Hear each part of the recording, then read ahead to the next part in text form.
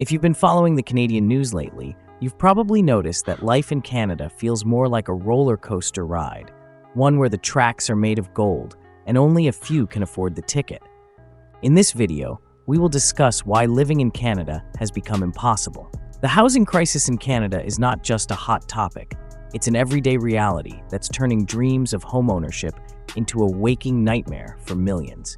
In 2025, the average price of a home in Canada hovers around $750,000, with cities like Vancouver and Toronto soaring well past the $1.2 million mark.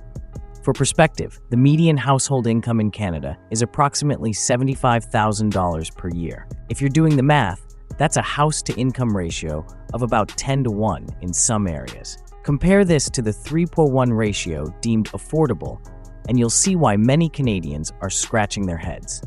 But it's not just the big cities that are unaffordable. Smaller towns, once havens for first-time buyers, are catching up. Halifax, for instance, has seen a staggering 30% increase in home prices over the past 5 years. The once affordable dream of owning a cozy home by the sea is now slipping away for many. If you think renting is the solution, think again. Monthly rents for a one-bedroom apartment in Toronto average $2,500, while Vancouver isn't far behind at $2,300. This means even those who opt out of homeownership are spending over 50% of their income on housing, far exceeding the recommended 30% cap. And what do renters get in return? A cozy, 500-square-foot box in the sky with questionable heating in the winter and neighbors who think midnight is the perfect time to practice their drumming skills. Canada's housing crisis didn't appear overnight. It's the result of years of policy missteps, economic trends, and societal shifts. Things like foreign investment, low interest rates, limited supply, population growth, and speculation. Behind the numbers are real people. Families crammed into small apartments, young professionals forced to live with their parents well into their 30s, and retirees worried about being priced out of their communities. It's not just an economic issue, it's a social one. What's being done? The Canadian government isn't blind to the crisis, but progress has been slow. Some provinces have implemented bans or taxes on foreign buyers to curb speculative investments. Federal and provincial governments have pledged billions to build affordable housing, though these projects often take years to materialize. Programs like the First-Time Homebuyer Incentive aim to make homeownership more accessible, but critics argue they're a drop in the bucket compared to the scale of the problem. What needs to change? Experts suggest a multi-pronged approach to tackle the crisis. Things like accelerating the construction of new homes, particularly affordable ones, is crucial. This means cutting through red tape and rethinking zoning laws. Stricter regulations on property flipping and foreign ownership could help stabilize the market. Encouraging the development of smaller cities and improving public transportation could ease pressure on major urban centers. Strengthening tenant protections and introducing rent controls could provide immediate relief to millions of Canadians. The bigger picture: as housing becomes increasingly unaffordable, it's reshaping Canadian society. Millennials and Gen Z are delaying marriage and parenthood. Small businesses are struggling to retain workers who can't afford to live nearby, and communities are losing their diversity as only the wealthy can afford to stay. The housing crisis isn't just about where people live, it's about how they live. It's about whether they can build a future, raise a family, and retire with dignity. It's about the kind of country Canada wants to be. While the situation feels dire, Canadians are known for their resilience. Grassroots movements advocating for affordable housing are gaining momentum, and there's growing public pressure on governments to act decisively. Still, as the crisis drags on, one can't help but wonder, will the Canadian dream of owning a home become just that, a dream? Or will policymakers rise to the challenge and make housing a right, not a privilege? The healthcare crisis: why Canadians are losing faith. Canada's healthcare system has long been a source of national pride. Mention it to anyone abroad, and they'll nod approvingly, often saying something like, "Free healthcare? That's amazing." But behind the polished reputation lies a reality that many Canadians are grappling with, a system that's buckling under immense pressure. What was once a cornerstone of Canadian identity is now becoming a source of frustration and doubt. To understand why Canadians are losing faith in their healthcare system, you need to look at the cracks forming in its foundation. The system operates on a publicly funded, single-payer model, meaning medical services are financed through taxes and provided at little to no cost to the patient. While this sounds great on paper, the reality is far more complicated. Consider wait times, for example. In 2024, the median wait time for medically necessary treatment was 22.4 weeks, according to the Fraser Institute. That's more than 5 months of waiting, during which conditions can worsen, stress can build, and life can come to a grinding halt. If you need an MRI in Nova Scotia, you might wait 307 days, nearly a year, just to confirm what's wrong with you. One of the main culprits behind these delays is a critical shortage of healthcare workers. Canada has one of the lowest numbers of doctors per capita among OECD countries, with just 2.8 physicians per 1,000 people. Compare this to Germany, which boasts 4.5 doctors per 1,000 people, and you start to see the problem. Nurses, too, are leaving the profession in droves. Burnout, exacerbated by the COVID-19 pandemic, has pushed many to the brink. A report from the Canadian Federation of Nurses Unions found that over 50% of nurses are considering leaving their jobs due to stress, inadequate pay, and lack of support. This isn't just a numbers game, it's a human one.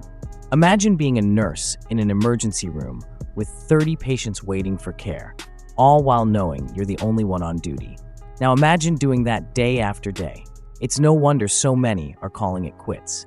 Rural areas, for instance, often struggle to attract and retain healthcare professionals. In Newfoundland and Labrador, patients sometimes travel hours to see a specialist or undergo surgery. Meanwhile, urban centers like Toronto and Vancouver face their own challenges, such as overcrowded hospitals and long ER wait times. In fact, it's not uncommon for patients to wait 12 to 18 hours in emergency rooms before being seen by a doctor. By the time you're admitted, you might feel like you've aged a year. Although healthcare in Canada is technically free, the system is anything but cheap. In 2024, the average Canadian family paid $15,847 in taxes toward healthcare, according to the Fraser Institute. That's nearly $16,000 for a system that often leaves people waiting, frustrated, and in some cases, seeking care elsewhere. Another glaring issue is the lack of mental health support. While physical health gets most of the attention, mental health services are often underfunded and inaccessible. A 2023 survey found that 1 in 5 Canadians experienced a mental health issue, but only half received adequate care. Therapists and psychiatrists are in short supply, and services like counseling are often not covered by provincial health plans. This leaves many Canadians to either pay out of pocket or go without help altogether. It's a harsh reality for a country that prides itself on compassion and care. Here's a dose of irony. Canada spends over 11% of its GDP on healthcare, one of the highest rates among developed countries. Yet outcomes don't always match the investment. Life expectancy, while respectable at 82 years, is not significantly higher than countries that spend far less. It's like paying for first-class tickets and getting an economy seat, complete with the crying baby and a seat that doesn't recline. To be fair, there are efforts underway to address these issues. Provinces like Ontario and Alberta are experimenting with privatized clinics to reduce wait times, though this approach is controversial. Critics argue it could lead to a two-tiered system where the wealthy get priority, leaving everyone else behind. Meanwhile, federal and provincial governments are pouring billions into healthcare funding. In 2023, the federal government announced a $196 billion investment over 10 years to improve access and reduce wait times. But as with most government initiatives, the question remains, will it be enough, and will it be spent wisely? Experts agree that meaningful change will require workforce investment, technology upgrades, mental health focus, and public-private balance. Canada's healthcare system is at a turning point. While it still provides life-saving care to millions, the cracks are too big to ignore. Whether it's wait times, staff shortages, or regional disparities, the system needs an overhaul, not just tweaks. For now, Canadians will keep waiting for a doctor, a solution, and maybe even a miracle. Now let's consider Canada's inflation woes. Inflation in Canada has become a stealthy thief, sneaking into every aspect of life and quietly draining wallets. For many Canadians, it's not just a minor inconvenience, it's a full-blown crisis. The middle class is now teetering on the edge of extinction. In 2024, Canada's inflation rate hovered around 4%, down from a staggering 8.1% in mid-2022, but still well above the 2% target set by the Bank of Canada. That might not sound like much, but in real terms, it means everything from groceries to gas costs significantly more than it did just a few years ago. Take eggs, for example. In 2020, a dozen eggs cost about $3.50. By 2024, that same carton was pushing $7 in some areas. Housing, as we've already discussed, is another inflation hotspot. But it doesn't stop there. Gas prices, utility bills, and even everyday items like toothpaste have all climbed higher. One of the most frustrating aspects of inflation is how it makes your money feel smaller. A $100 bill today buys far less than it did a decade ago. This phenomenon, known as the shrinking dollar, is hitting Canadians hard. Canada's middle class has long been seen as a symbol of stability and opportunity. But today, that stability is under threat. Rising costs are forcing families to make tough choices. Choices like choosing to pay the heating bill or buy fresh produce, or choosing to save for kids' education or repair the car. A 2023 survey by Statistics Canada revealed that over 60% of Canadians are living paycheck to paycheck with little to no savings. For the middle class, once characterized by homeownership, secure jobs, and disposable income, this is a harsh reality check. Inflation doesn't just happen out of nowhere. It's the result of several factors, many of which have converged in recent years to create the perfect storm. Factors like the pandemic aftershocks, the war in Ukraine, government spending, interest rates, etc. The impact of inflation isn't just felt in numbers, it's felt in lives. Consider Emily, a single mom in Regina, who now spends $200 more per month on groceries than she did 2 years ago. Or James, a small business owner in Halifax, who had to close his cafe because rising supply costs made it impossible to stay afloat. Even students are feeling the pinch. University tuition fees have risen by 15% over the past 5 years, and the cost of living on campus has skyrocketed. For many young Canadians, the dream of higher education now comes with a hefty price tag and years of debt. The Canadian government is aware of the inflation crisis and has introduced several measures to help. In 2023, the federal government issued a one-time grocery rebate to low-income Canadians. While helpful, it was criticized as a band-aid solution to a much larger problem. Efforts to make childcare more affordable, including $10-a-day daycare in some provinces, aim to ease the financial burden on families. As discussed earlier, there's a push to create more affordable housing, though progress has been slow. Experts suggest several strategies to address inflation and its impact on the middle class, including ensuring wages keep pace with inflation is crucial. This means raising minimum wages and negotiating better pay for workers across industries. Targeted tax cuts or credits could provide immediate relief to struggling families. Investing in renewable energy and domestic production could help stabilize energy costs. Small businesses are the backbone of the economy. Providing them with subsidies or tax breaks could help keep prices stable. Despite the challenges, there are reasons to be cautiously optimistic. Inflation rates have begun to stabilize, and the Bank of Canada predicts they will return to more manageable levels by 2026. Additionally, Canadians are known for their resilience and creativity. For Canada's middle class, the stakes couldn't be higher. Inflation is testing their resilience, their adaptability, and their belief in the Canadian dream. The challenges facing Canadians extend far beyond their wallets and into the very fabric of their daily lives. Canada's reputation as a land of natural beauty often masks the harsh realities of its climate. From snowstorms that bury cities to wildfires that turn the skies an eerie orange, the weather in Canada is more than just small talk. It's a way of life. But lately, the elements seem to be turning against Canadians, making daily life increasingly challenging. Let's start with the season that Canada is most famous for: winter.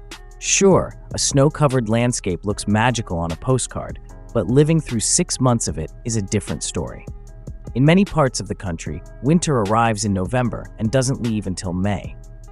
That's half the year spent shoveling driveways, scraping ice off windshields, and bundling up in layers so thick you can barely move. In cities like Winnipeg, known as Winterpeg for a reason, temperatures can plummet to -40 degrees Celsius with the wind chill. At that point, even your eyelashes freeze. And let's not forget the snow. In Newfoundland, a 2020 storm dumped 76 centimeters of snow in a single day, leaving residents literally trapped in their homes. The cold isn't just uncomfortable, it's dangerous. Frostbite can set in within minutes, and hypothermia is a real threat. Every year, emergency services respond to cases of people stranded in their cars during blizzards, a stark reminder that Mother Nature doesn't mess around. While winters are getting harsher, summers are becoming more dangerous thanks to wildfires. In 2023, Canada experienced its worst wildfire season on record, with over 17 million hectares burned. To put that into perspective, that's roughly the size of Cambodia. British Columbia, Alberta, and the Northwest Territories were hit particularly hard, with thousands of people forced to evacuate their homes. The smoke didn't just stay in Canada, either. It drifted across the border, causing air quality alerts in major U.S. cities like New York and Chicago. For weeks, the sky in parts of Canada was a smoky orange, and stepping outside felt like walking into a campfire.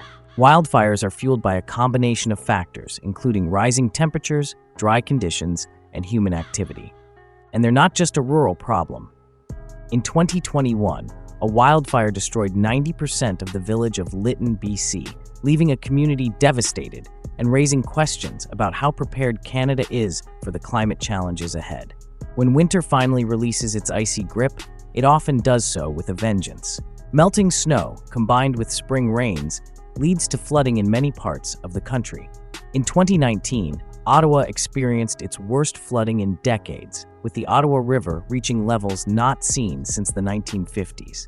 Flooding doesn't just damage homes and infrastructure, it disrupts lives. Farmers lose crops, businesses shut down, and families are forced to evacuate, sometimes permanently. The cost of rebuilding can run into the billions, and insurance companies are increasingly reluctant to cover flood-prone areas. While Canada has always had extreme weather, climate change is making it worse. The country is warming at twice the global average, according to a 2019 report by Environment and Climate Change Canada. This warming trend is causing more frequent and severe weather events, from heat waves to hurricanes. The Arctic in particular is feeling the impact. Ice is melting at an alarming rate, threatening wildlife and indigenous communities that rely on it for their way of life. Polar bears, once a symbol of Canada's wilderness, are now struggling to find food as their habitat disappears. The toll of Canada's harsh climate isn't just measured in dollars or environmental damage, it's measured in lives. In 2021, a heat wave in British Columbia shattered records, with temperatures reaching 49.6 degrees in Lytton just days before the village was destroyed by fire. The heat wave was responsible for over 600 deaths, a tragic reminder of how vulnerable humans are to extreme weather. Then there's the mental health impact. Constantly dealing with weather-related challenges, whether it's shoveling snow, evacuating due to wildfires, or repairing flood damage, takes a toll.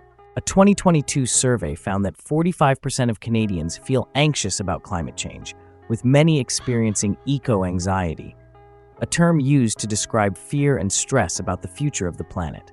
On a larger scale, the government is investing in climate adaptation. In 2022, Canada announced a $1.6 billion climate resilience fund to help communities prepare for extreme weather. Projects include upgrading infrastructure, protecting wetlands, which act as natural flood barriers, and improving emergency response systems. Technology is also playing a role in helping Canadians adapt. Apps like WeatherCan provide real-time weather alerts, while innovations in building materials are making homes more energy efficient and resilient to extreme conditions. In agriculture, precision farming techniques are helping farmers deal with unpredictable weather patterns. By using data and technology, they can optimize water usage, protect crops, and reduce waste, ensuring food security in a changing climate. Canada's climate challenges are daunting, but they're not insurmountable. By investing in sustainable practices, embracing new technologies, and fostering community resilience, the country can navigate the storms ahead, both literal and figurative. The key is acknowledging the problem and acting decisively. As the saying goes, there's no bad weather, only bad preparation. If that's true, then Canada needs to prepare like never before.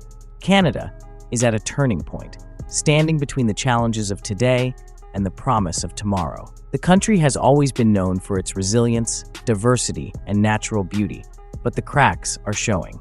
Rising costs, climate challenges, and social divides are reshaping the landscape. So what does the future hold for this vast and complex nation? Canada's economy is undergoing a transformation. For decades, it relied heavily on natural resources, oil, gas, timber, and minerals. Alberta's oil sands, for example, were once the crown jewel of Canada's resource-based economy, generating billions of dollars and thousands of jobs. But times are changing. The global push for sustainability and renewable energy is forcing Canada to rethink its economic strategy. Take the automotive industry as an example. Ontario has long been a hub for car manufacturing, but with the rise of electric vehicles, EVs, the focus is shifting.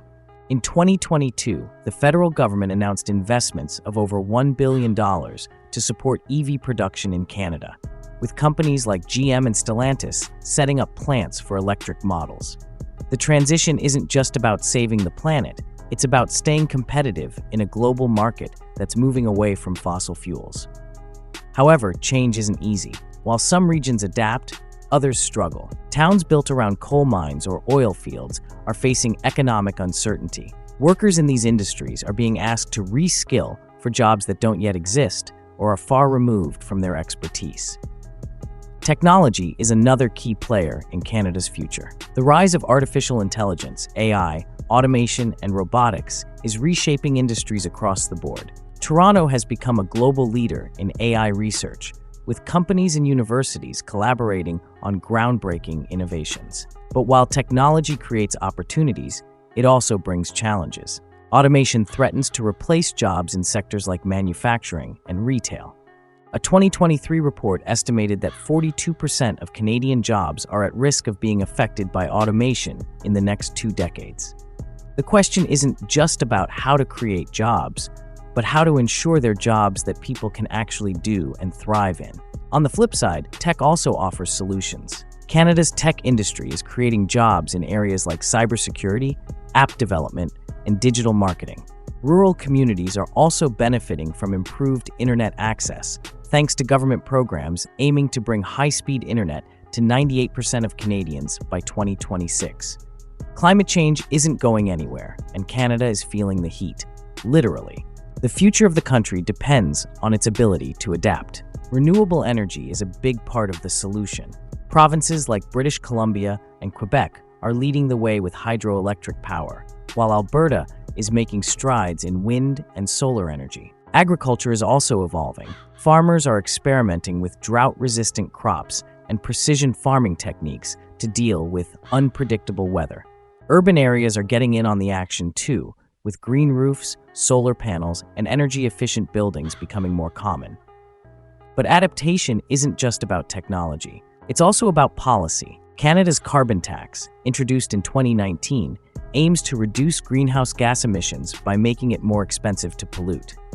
While controversial, the tax has been praised by environmentalists as a necessary step toward meeting Canada's climate goals. Canada's population is growing and changing, driven largely by immigration. In 2024, the country welcomed over 500,000 new immigrants, the highest number in its history. This influx is helping to address labor shortages and keep the economy running.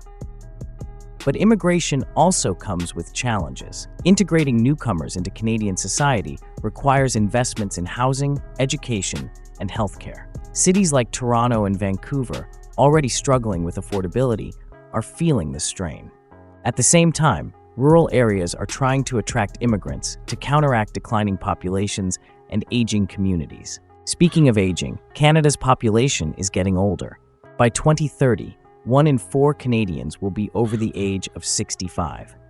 This demographic shift is putting pressure on healthcare and social services, with long wait times and staff shortages becoming the norm. The question is, how will Canada support its aging population while ensuring opportunities for younger generations? Social challenges. Canada has long been celebrated as a multicultural and inclusive society, but it's not without its flaws.